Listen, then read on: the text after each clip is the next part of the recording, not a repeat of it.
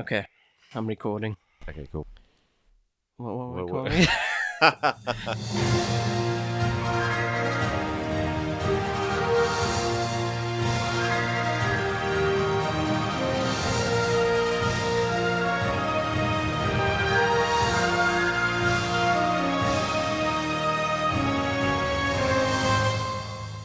I hate your movie. This is the first, Well, the let me- first episode. Oh, you're sorry.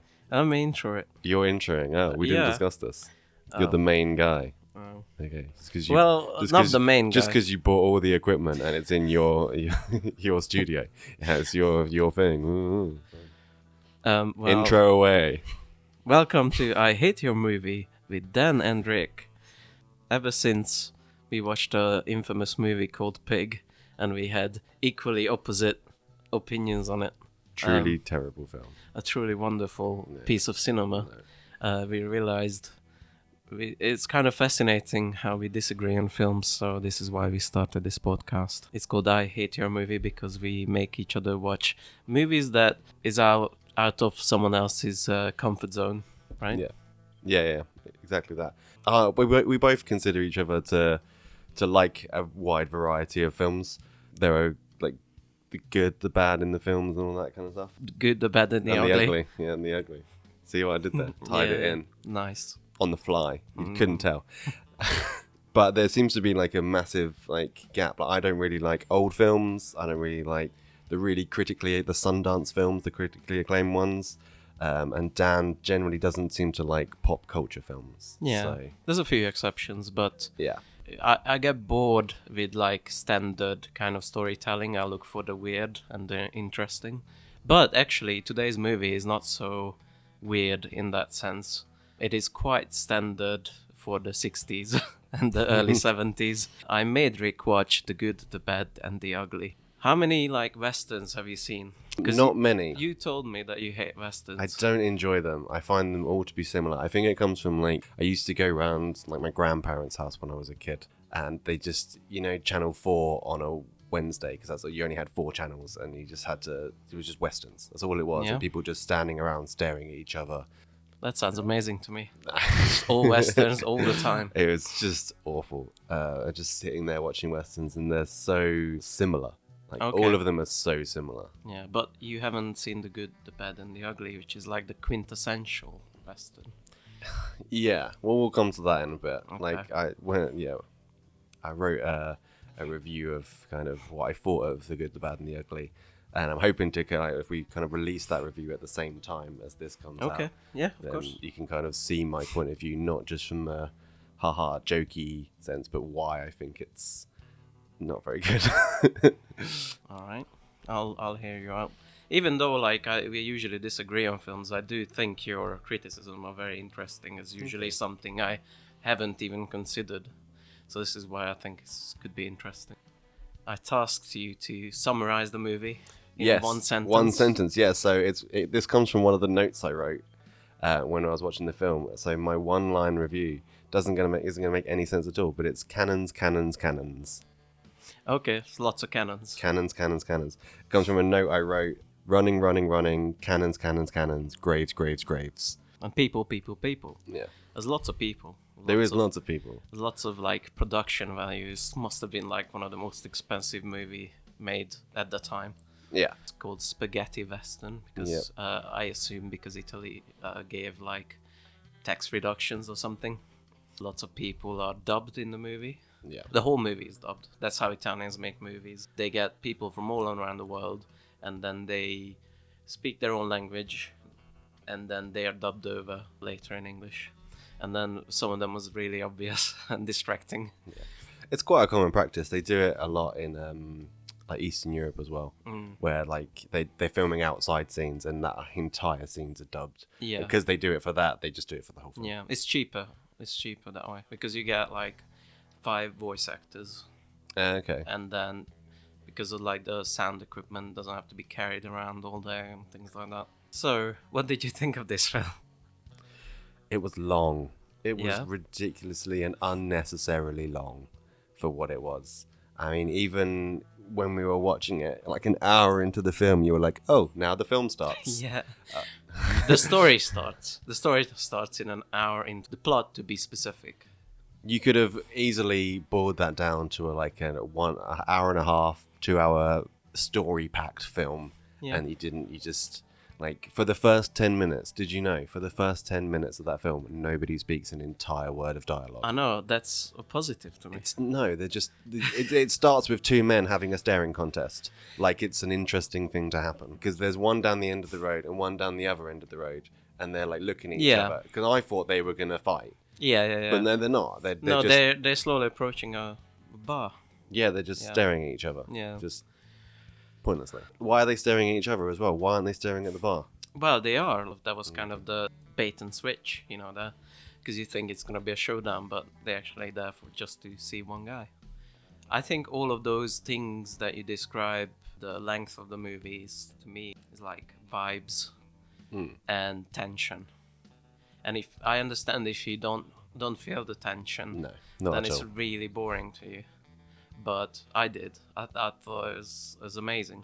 It's an amazing movie that holds up amazingly well. And then the men jump through the saloon doors, I think, and then like bam, bam, bam, bam, bam, and then the ugly jumps out the window. Yeah. Like, why has he jumped out the window? Like, the second he jumped out the window, I was like, yeah, this is gonna be a bit silly, really. Well, there's comedy in it, which was a thing I really noticed this time, especially with editing, is where you think a scene goes and then cut, and it's a different thing. Yeah, I mean, Tuco definitely was the comedy element of the film. Yes. He was there for comedic purposes. When I last watched this movie, like about 10 years ago maybe, I was a big Clint Eastwood fan, and I really love him as a filmmaker and an actor, both. But this time, I was actually like, Tuco, yeah, hell yeah. Maybe because I'm getting older and the coolness factor don't really care. But that guy, that Jewish man in brown face, he really stole the show. He did. Not, for the not whole even thing. just comedically, like when he meets the priest, his priest brother. Yeah, again, see that for me, that entire scene can be cut. Like there is no point of that. They just happen to be in a place. Oh, it's your brother. Oh, there's a scene, and then they leave, and it has no impact on the rest of the story whatsoever. That's not true. Wow. The impact of the scene is Tuco's like character arc, which, to be honest, doesn't really land There you very go. well. Yeah, so it's pointless. We were talking about the pointless brother scene that was not necessary at all, and it's Right. another 10 minutes of the film that could easily be cut out. Right. So it wasn't.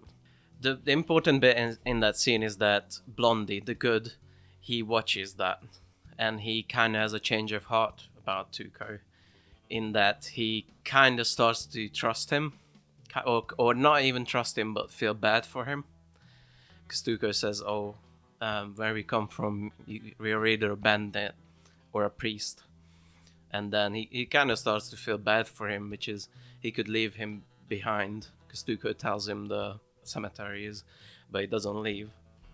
Okay. And that later pays off in the showdown, which is he kind of saves Tuco. Yeah, but the most of the film is them two on their journey. Yeah. They already team up when they go to the end of the railroad thing, where they're walking through all the little town and they're shooting Yeah. everyone. So they've already teamed up. They can already trust each other without that scene being in the film. The end of the film, spoiler alert for those who haven't seen the film made in 1967. The end of the film, he leaves him like hanging on a rope, and he like runs away, and he leaves him stranded in the desert again. So like, what was the point? Like, he obviously doesn't feel that bad for him, and he obviously doesn't trust him that much. But he doesn't leave him. He does, but he's still in the middle of like this graveyard desert place on his own with like a ton of gold that he can't carry. In the end, Clint Eastwood leaves him Yeah. high and dry. Yeah, kind of. They don't have like a standard Hollywood character arc. It's more like a flat line that's interesting to me. Because they're not like they start in a place and then they end in a place. They're pretty much the same all throughout.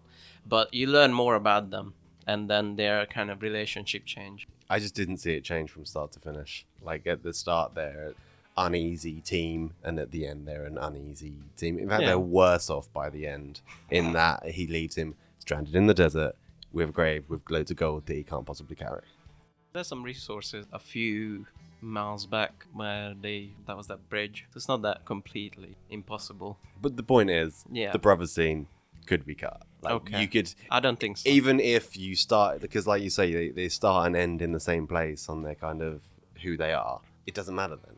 You could No, cut most of it. what and still- matters is that the Clint Eastwood character learns about Tuco, and he feels sympathy for him, and that's clear. And how does he show that sympathy? Well, mostly through acting, if anything. And then the other bit is he could just go get the thing now. Tuco tells him where the cemetery is, Yeah.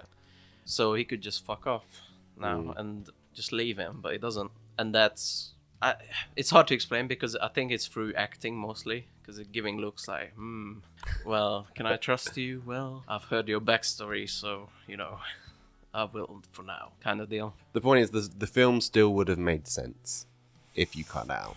You do that. You get something from it, and that's cool because you like the film. But for someone who just thought the film was way too long, you looking for bits to take out, the plot still would have made sense. Most of the reason you watch this movie is for the characters. I think that's why it's a part of a trilogy, like the Cornetto trilogy, but it's not the same characters. It could have been called, because it's called Fistful of Dollars, Few Dollars More. Could have been called Dollar Something Something again. Well, it's a prequel. Is it? Yes. Yeah, Okay. see, I looked up some fun facts about the Good, Bad, and the okay, Ugly. go on. Yeah. So it's kind of a prequel. At the end of Good, Bad, and the Ugly, you see Clint Eastwood pick up his poncho that he then wears for Fistful of Dollars and a few more dollars. Would you like to hear more fun facts about the Good, the Bad, and the Ugly that I looked up? Oh yeah. Yeah, I'm completely unprepared, by the way. I spent all week just setting this up, and then I forgot to do my homework. My fun fact, which is probably my favorite thing about this film, is that the pitch was just like the guy who gave the pitch just made it up on the spot. They were like out with the film executive, and they were like, okay, we really like these last two films you've done. What's your next one? And he was like, I've got this idea about 3 people and finding gold and blah, blah, blah, blah. And the film executive was like, yeah, cool, let's make it. Yeah. Well, Very much comes across in the film. no. It's got a strong plot. It takes a while to Meandering get. nonsense. It takes a while to get to, but I don't think all those scenes are useless. So you learn about the characters. You can learn about them quicker. You don't have to take 10 minutes to learn one fact about a character. You just... Well, it's 10 minutes is underselling it. It's more like half an hour each character. Well, Kind of. exactly. It was necessary for the film.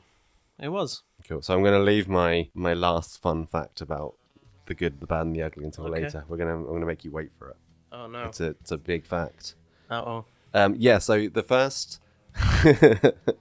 So I was really distracted in the first like half hour of the film by Clint Eastwood's scarf. Okay. He's wearing this really like trendy, thin grey scarf with like little frilly bits at the end, and it's completely out of place with the rest of his wardrobe. Mainly because he's in the desert. Why is he wearing a scarf? It's not like a scarf as in round his neck, but it shows to me that in the first half hour of the film, whenever he took the scarf off, that's what I noticed the most, because nothing else was happening. That's not true. We're learning about the characters. Yeah. We're learning. One thing I noticed this time is that this movie is very bleak. It's like very cynical and like sarcastic. Like, for example, when the little names come up, the ugly, the bad, and the good. When the good comes up, he was doing something horrible. Like Yes. This is one of my main points as well. Like that's on in purpose. in the thing that I wrote is the good is not the good. No. In any way, shape, No. or form. He is an awful person. Yeah, he is. Yeah, you meet him and he's, you're like, oh wow, he's taking that outlaw to jail, and then he frees the outlaw, goes to the next town, swindles them out of their money. But I think that's by design. That's definitely by design, because the title card flashes up when he's like splitting money with Tuco. You know, like the good.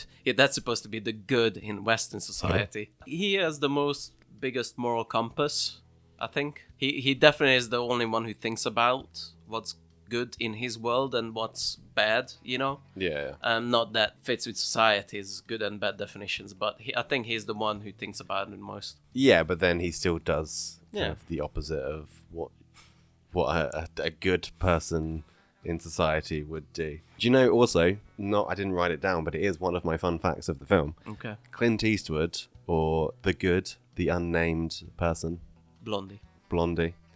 Has the highest body count out of all really? of them. Yeah, out of everyone, he kills the most people, That's hilarious. and it's by a long way as well. Oh, really? I can't remember the actual numbers. Like I didn't write them down, but it's like the bad kills like 4, Tuco kills 5, and he kills like 13. Again, I think that's not a criticism. I think that's by design.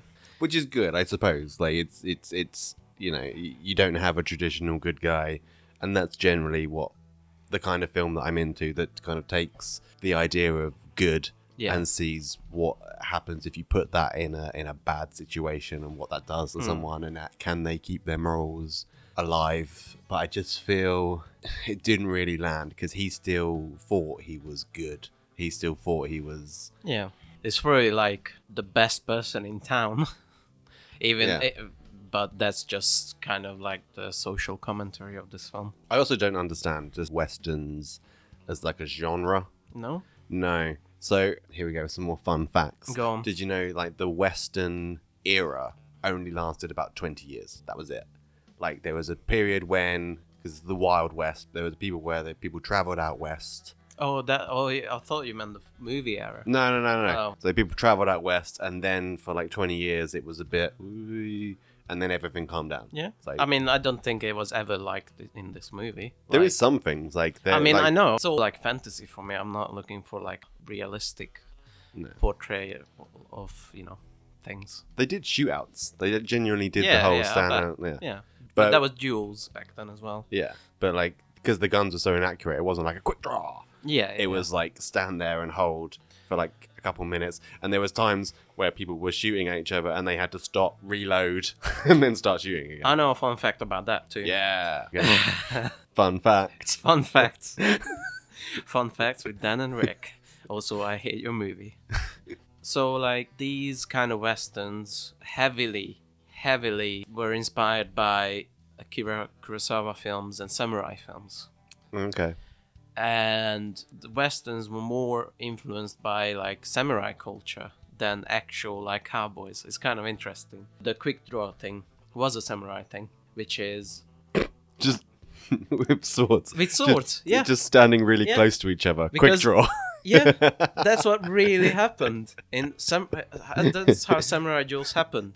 It's like who can, because it wasn't like a sword duel like back and forth. It wasn't like fucking Return of the Sith and a killing Obi-Wan for like half an hour nailing it. It was literally, as you take out your sword, you kill the other person, and who can do that faster and who will move faster, kind of thing.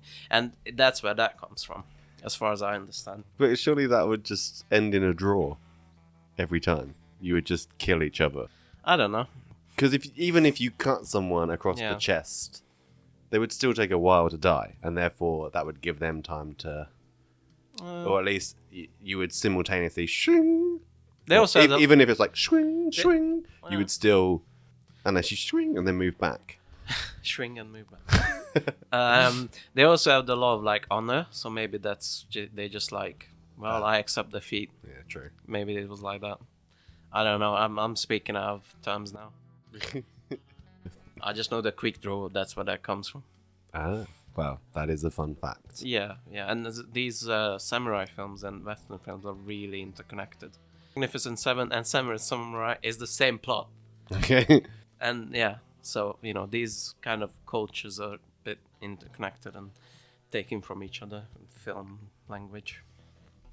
I don't understand the appeal of westerns at all. I like the slowness. I like that it's like taking its time. I like that you just kind of get immersed in the movie. It's not a kind of movie that has to start with like a explosion in the first 5 minutes kind of deal. Yeah. I like the world. I like the characters usually. It depends on the western, but yeah. Okay. Very well, fair enough. If it's whatever genre it is, if a good film is a good film, and I think this is a good film. I think we can both agree that the bad guy is the bad. Yeah.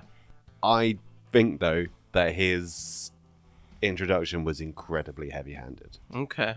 Have you seen that scene before? And you have. Okay. But I'm not sure you remember.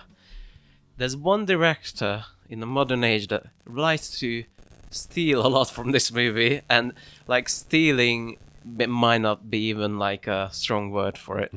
Heavily influenced by this film. Quentin Tarantino. Yes. Um, He loves a good Western. yeah, he does. The first 5 minutes of Inglourious Bastards, when the Nazi guy comes in and takes the food from the little farmer guy who's hiding the Jews. But aren't they hiding under the floor and stuff? They are, yeah, Yeah. but that's the difference.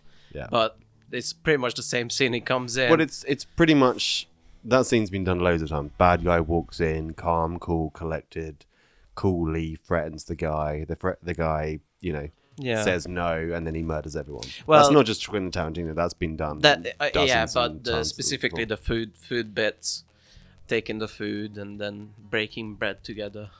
Oh, okay. Yeah, I think it's like a interesting twist on that scene, which and being at home, weirdly personal thing, and that you just kind of just someone crashes it without saying a word and then just eating your food is kind of weird. Yeah, but it's not just that. So that scene, fair enough. He's bad. He's killed the guy. He's killed the son that's running down the stairs at him. Fine. Yeah.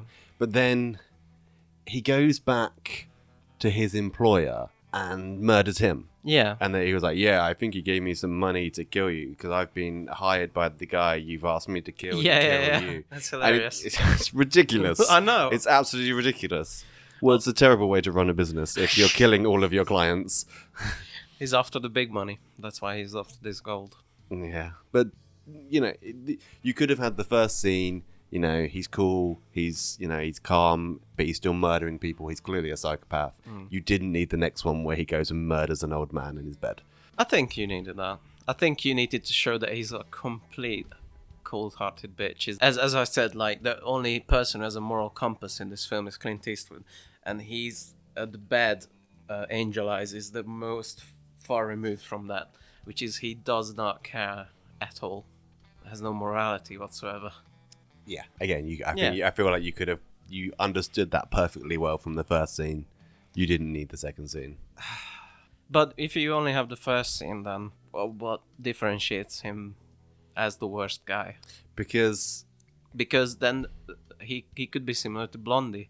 not really, because a killer for hire is different from someone who commits crime to get by. Mm-hmm. Blondie's going place to place. He's earning money in between, whereas this guy is literally killing people for money. Yeah.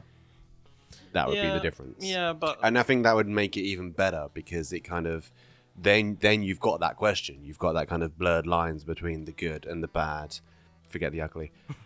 And that would make it a bit more of like a moral question, whereas it was kind of with that scene, you've got like, okay, he's bad.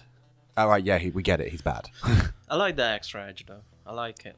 It's- It would have been like a far more standard. But that surprises me because you normally like the subtleties. You normally like the grey areas, and there's no grey area in that. He is just evil, kind of. Yeah, but I think it's just well done. Like he's kind of like a mustache twirling villain, but in terms of the film dynamics and the characters, he works well. He works well in contrast to the other two characters, even though all of them are horrible. Yeah, it's like you could have that scene, and then he walks out the door from killing the old guy and kicks a puppy. It would be completely unnecessary. But yeah, he's evil now. It was now more, you it was really more know he's tastefully evil. done then. No, he kills an old man, like a dying, like a really. Yeah. He kills a sick old man in his bed. It's not tasteful at all. There's nothing tasteful about it. Well, more tasteful than on his way out he kicks a puppy. It was. He could have killed that donkey that was going around and probably like crushing some wheat or something. Yeah, but it was heavy-handed and unnecessary. And again, it's another scene you could cut. No. It's another 5 minutes of film. Which bit? The Isn't- old guy killing? Yeah, the old guy killing. That's No. easily another 5 minutes of my life I could have got back. No, because you see. So the first half of that scene, it makes him bad. The second half, the old guy killing makes him horrible. Like there's different levels there. Yeah, but that And again, then- you could have just subtly. That's it, done. and then you're like, who's the good, who's the bad? You know, that's As- an interesting film. Then it's As not the just antagonist, some evil person going killing sick old people.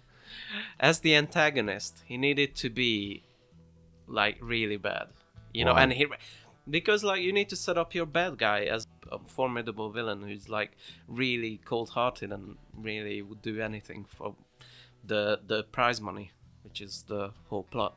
The first scene with him establishes that, Okay. and it's the same. Wow. Same again with I think it needs that edge. I don't really think it does.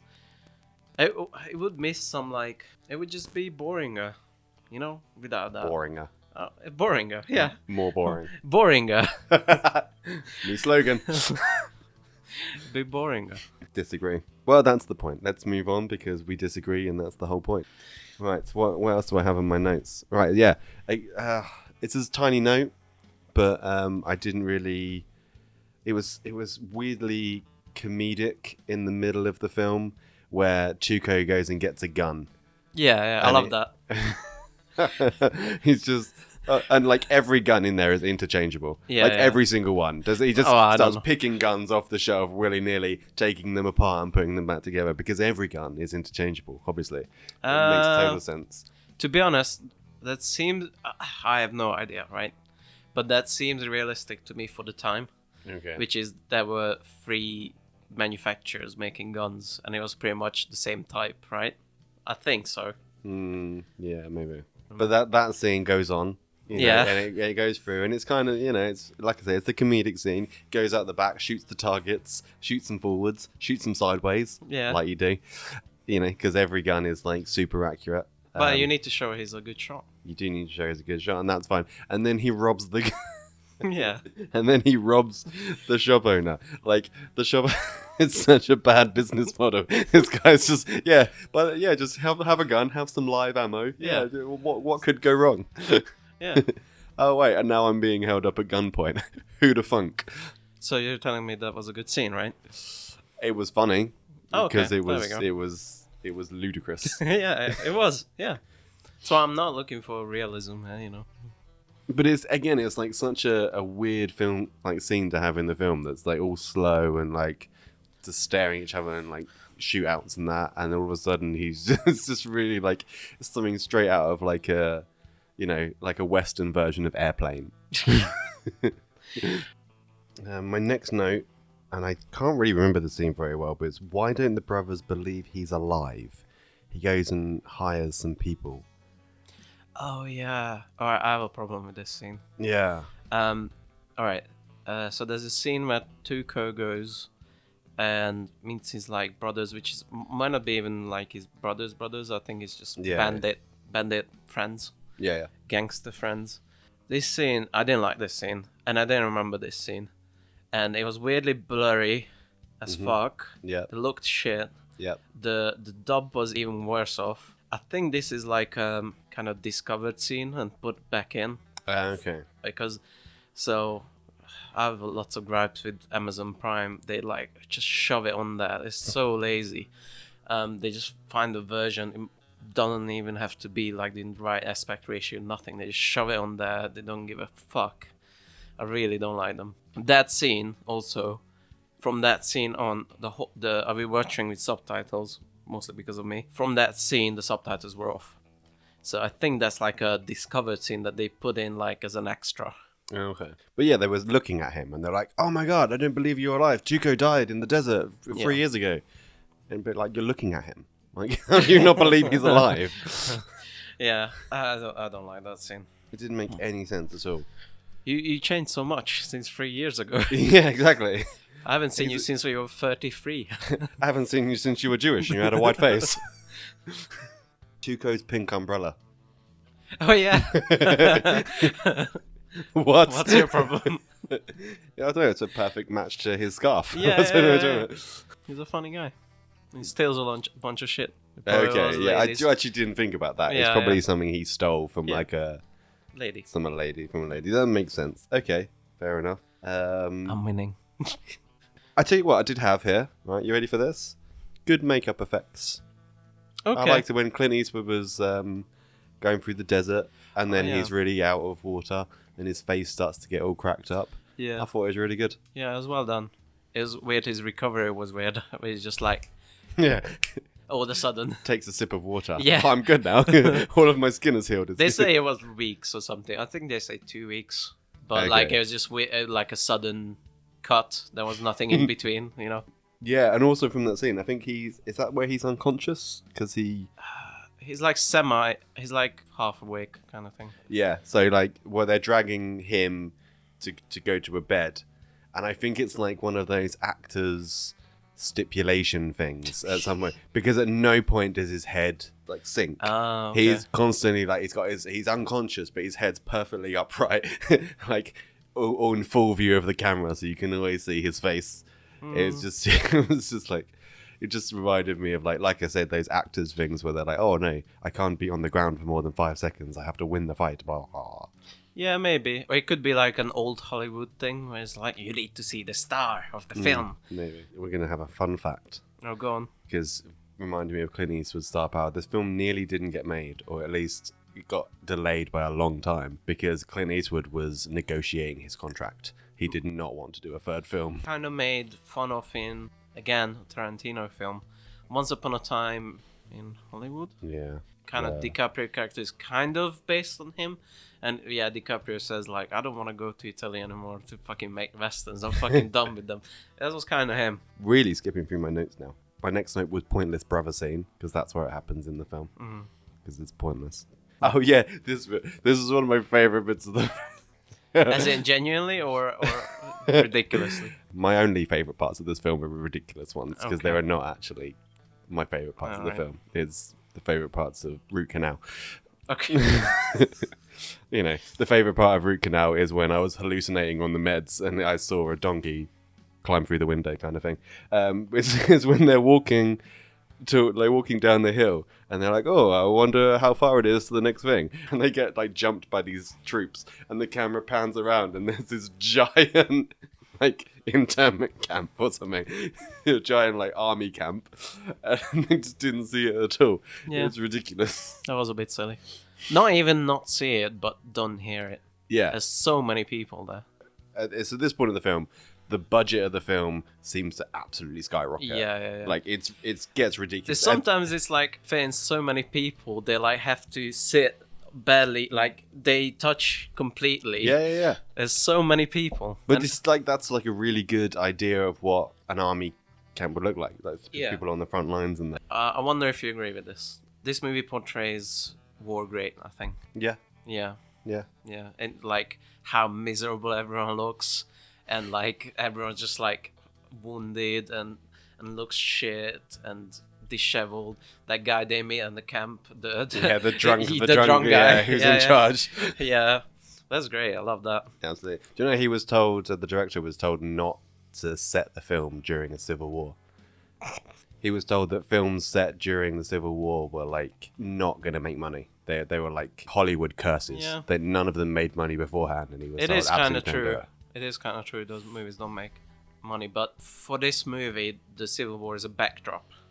Yeah. And it's just kind of like just lingers there as this bleak, horrible thing that constantly happening while they're having this adventure. Yeah. I kind of love that. Well, It's it great. causes an extra element of danger in the whole Yeah. thing. That's the point of it. It's not just like how are they going to get across the desert to the gold? How are they going to get across the desert plus through all the troops? And that works. Well, for me, thematically, I think the war element is about kind of showing like this whole money business doesn't matter at all, because like people dying all over the place and the world is horrible. And that's what this movie is showing you the world is horrible and these three people run for this money greedily. Fair enough. Which bring but again, it's at this point like in the film that this is a good film at this point. Like you've got lots of extras, you've got a plot, you've got danger, you've got all of that stuff. And the film's so long, and I don't know if you remember the bit. I think I pointed out when we were watching it. Is there's like a scene, and this is where running, cannons, graves comes into it, because you've got literally it's snap cuts between. They've obviously had this massive set like done, and they've got all these extras in, and you've got like 5 minutes, five solid minutes of people running towards the bridge, and it's like snap cut 1, people running. Now I've got 2 people running, 3 people running, 4 people running, 5 people running, and then it's cannons, bang, next cannon, bang, next cannon, bang, and they duck down to avoid the cannon, and they're like, oh look, here's some Acme dynamite. Yeah, but also pointed out that the way that camp looked and disheveled and kind of desperate, they would just have like explosives lying around and saying explosives in like crayon written on it. The film takes so long to do everything else, and it could not take 5 minutes for them to just look through a trunk to find some explosives. Yeah, explosives just lying around. Yeah, well, maybe, but it just seemed just an absolutely ridiculous thing. It seemed like it was intentionally comedic to me. That bit, I'm not sure, but maybe. Especially, like I said, they've got so many things leading up to it. I mean, they obviously spent a lot of money on it, and they want to keep it in the film. And they want to make the most out of it in the film. Like, oh, look at all the special effects, and look at all the people we got for this. I will say this, though. The actual special effects, like practical special effects, blowing up the bridge and that's cool. Yeah, You know. because they blew up a bridge. It's literally... Twice. Yeah, they did it twice? They did it twice, accidentally. Oh. So yeah, they rigged the bridge. This is my last fun fact, by the way. One of the guys shouted something, but people mistook that as the explosion trigger. So then the person did the explosion, and the light was all wrong. And the director, who was like a known perfectionist, who was like, "No, we have to rebuild the bridge and we have to blow it up." Wow, that's a fun fact. So that skyrocketed the budget. I bet, yeah. Fuck me. Yeah. And then finally we come to the end. The amazing, epic conclusion. Yeah.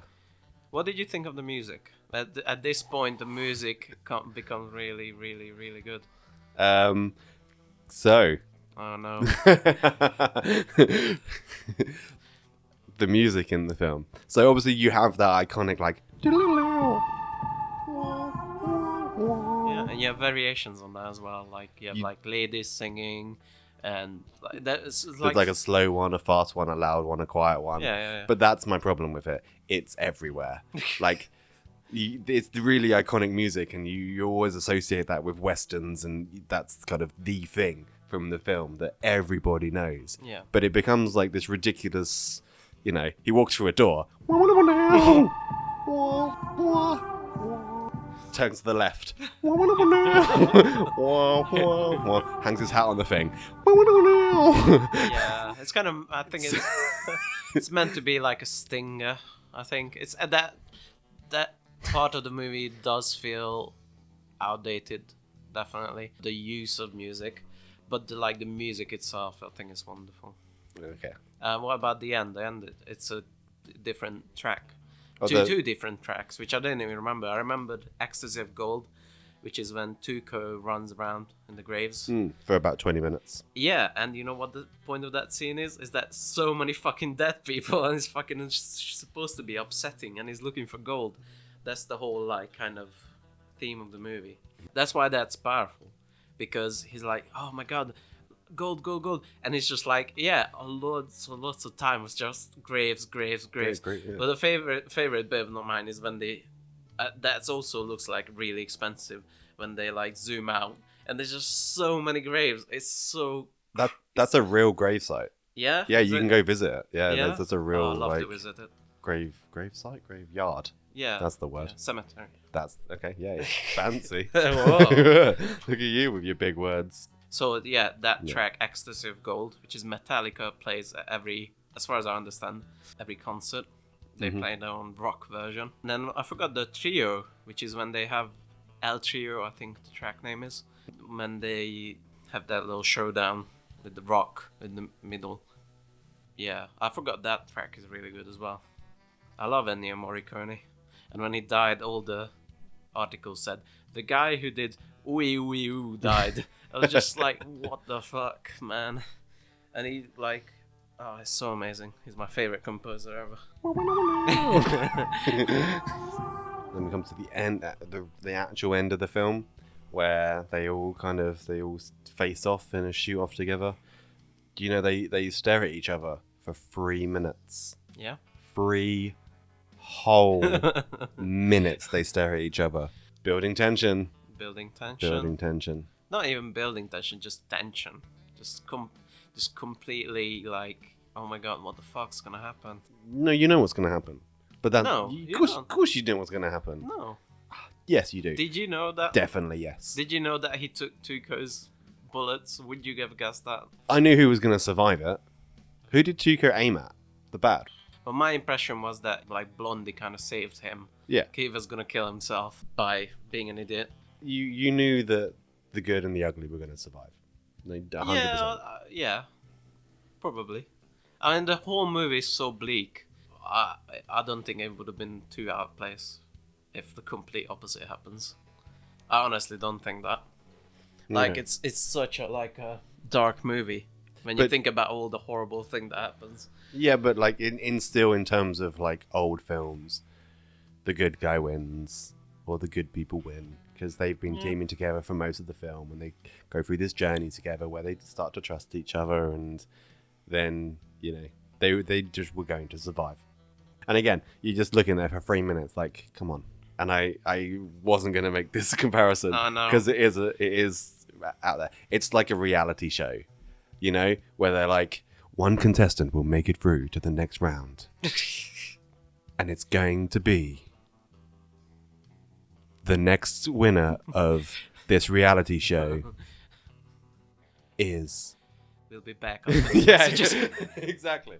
And it's just kind of like, come on. It is that, like, on the very most basic level. But I care about these characters. I care about them. You don't. So, it was boring to you. It was exciting for me. Okay. Even if I've seen it, because I've seen it before, I didn't exactly know what happens. I didn't remember what exactly happened, so it's interesting to see, like, all the nuance with, like, Tuco's guns taken out. And... Did you know Tuco's gun's on a string Really? for the like the whole film? Oh, yeah, I did see that. Yeah. Yeah. I think it's to keep it close by, I guess. Yeah, so Yeah. it's originally he still doesn't have in the film a gun holster Oh, yeah. because he can't like afford a gun holster. That's the implication. Okay. So, but he was supposed to just be dangling on a string for the whole film, but it kept like swinging around and hitting him in the crotch. So eventually the director's like, okay, you can put it in your pocket, and that's why he's got a gun on a Okay. string in his pocket. Wasn't it around his neck at some point? Potentially, I think remember. when there was that bath scene when the guy comes back for revenge. When you have to shoot, shoot, don't talk. He improv that line. I know you know? that one. There you go. Yeah. He's the standout actor this time. He's well known for that. So yeah, that's okay. So when I wrote my review, it starts with why I probably went into this film unlikely to enjoy it. Mm-hmm. And it's because of everything we've spoke about in terms of like, the Tarantino films that are heavily influenced. There's loads of things that are so heavily influenced by Westerns, by that time in cinema. And I do appreciate the idea that at the time it was new, it was original. You didn't have like blurred lines. You just had a good guy and a bad guy. Yeah. And the good guy won. And this is kind of takes that a little bit out of its zone. But the problem is, with a film that was made in 1967 again, those concepts have been picked up by like all the directors since, and they've been done better, they've been done worse, they've been made, bigger, they've been made smaller, they've been made and then made again, and it's difficult. They're just a cliche. They're the same old thing, boring, blah blah blah. And even though it is the original start of it, I've still seen it 100 times before in 100 different ways, better, worse, all of it. So the idea of I'm going to watch it and think, oh my god, this is amazing, because it's not new to me. I've seen it before. I've seen it's been done. I think that's true if you focus on the details, but if you focus on the big picture, I haven't seen a movie like this before.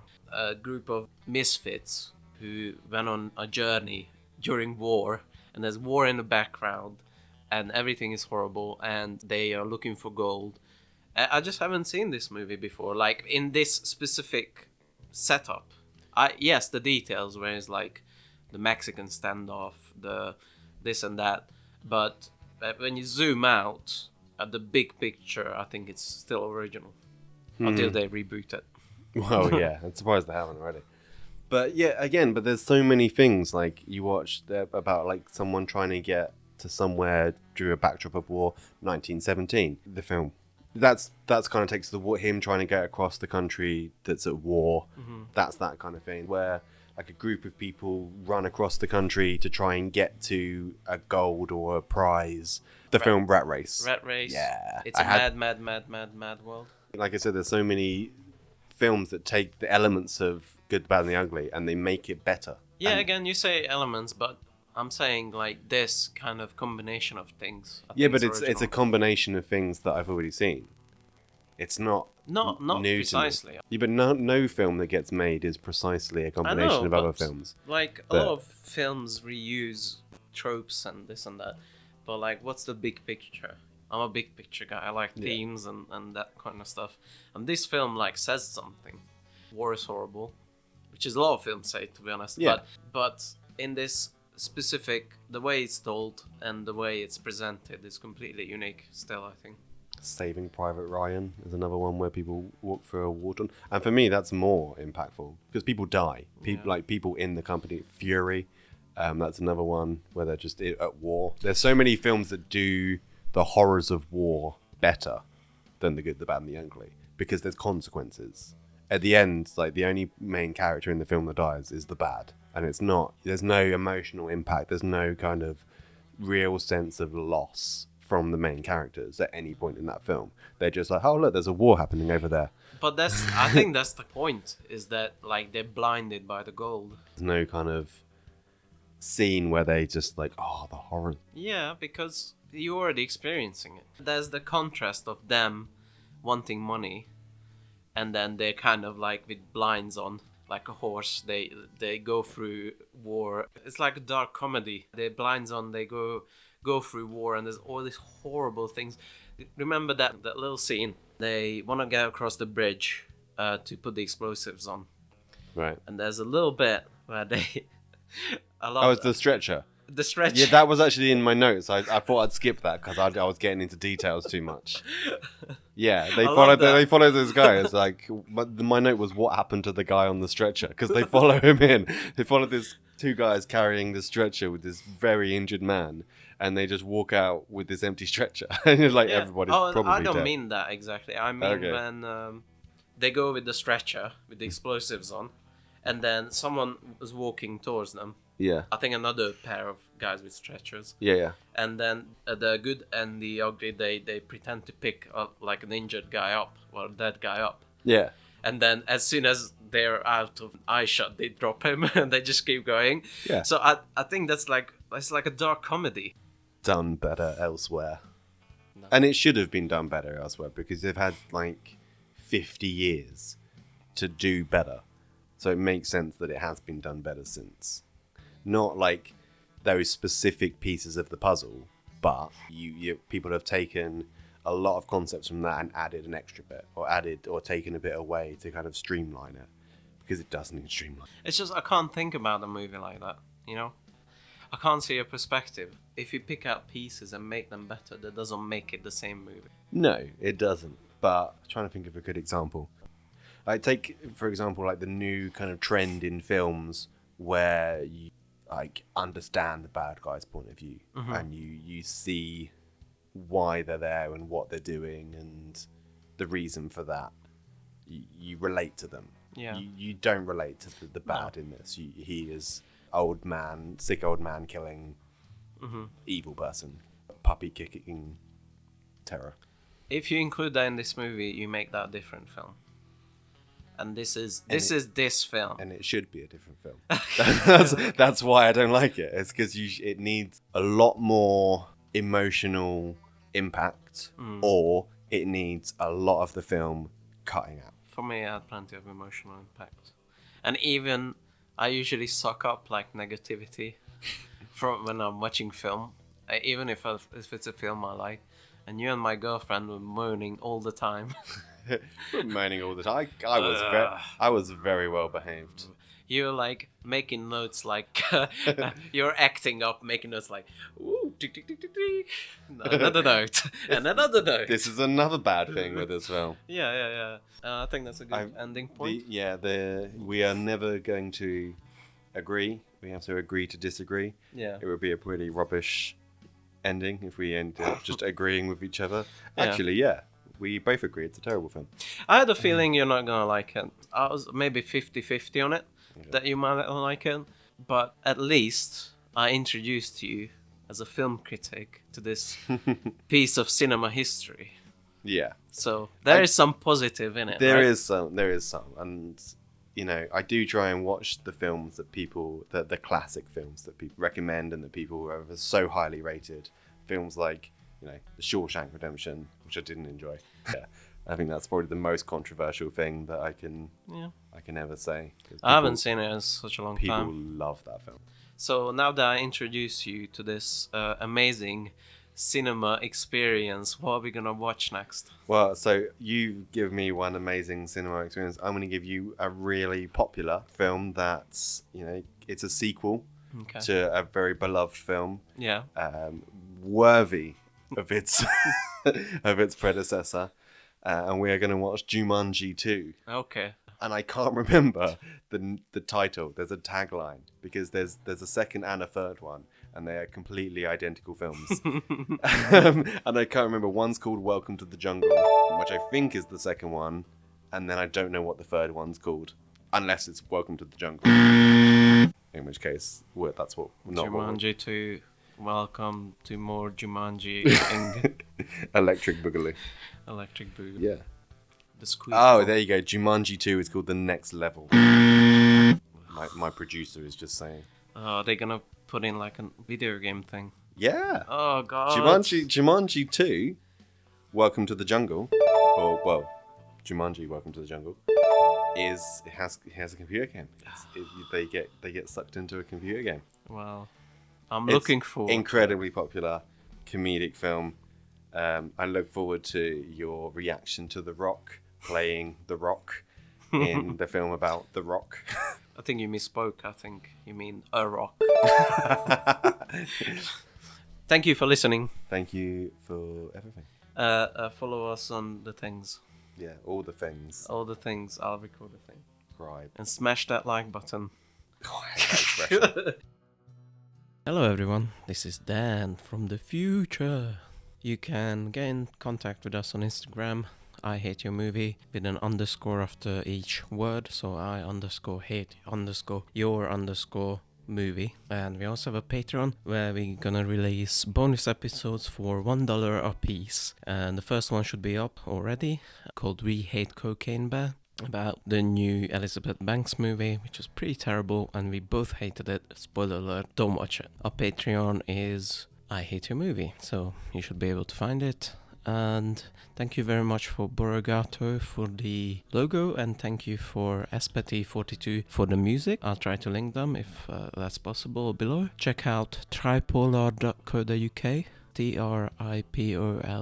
tripolar.co.uk for amazing graphic novels that I make. Also, me and Rick are working on a card game called Singularity Hacks, so for that check out singularityhacks.co.uk. And thank you very much again for listening.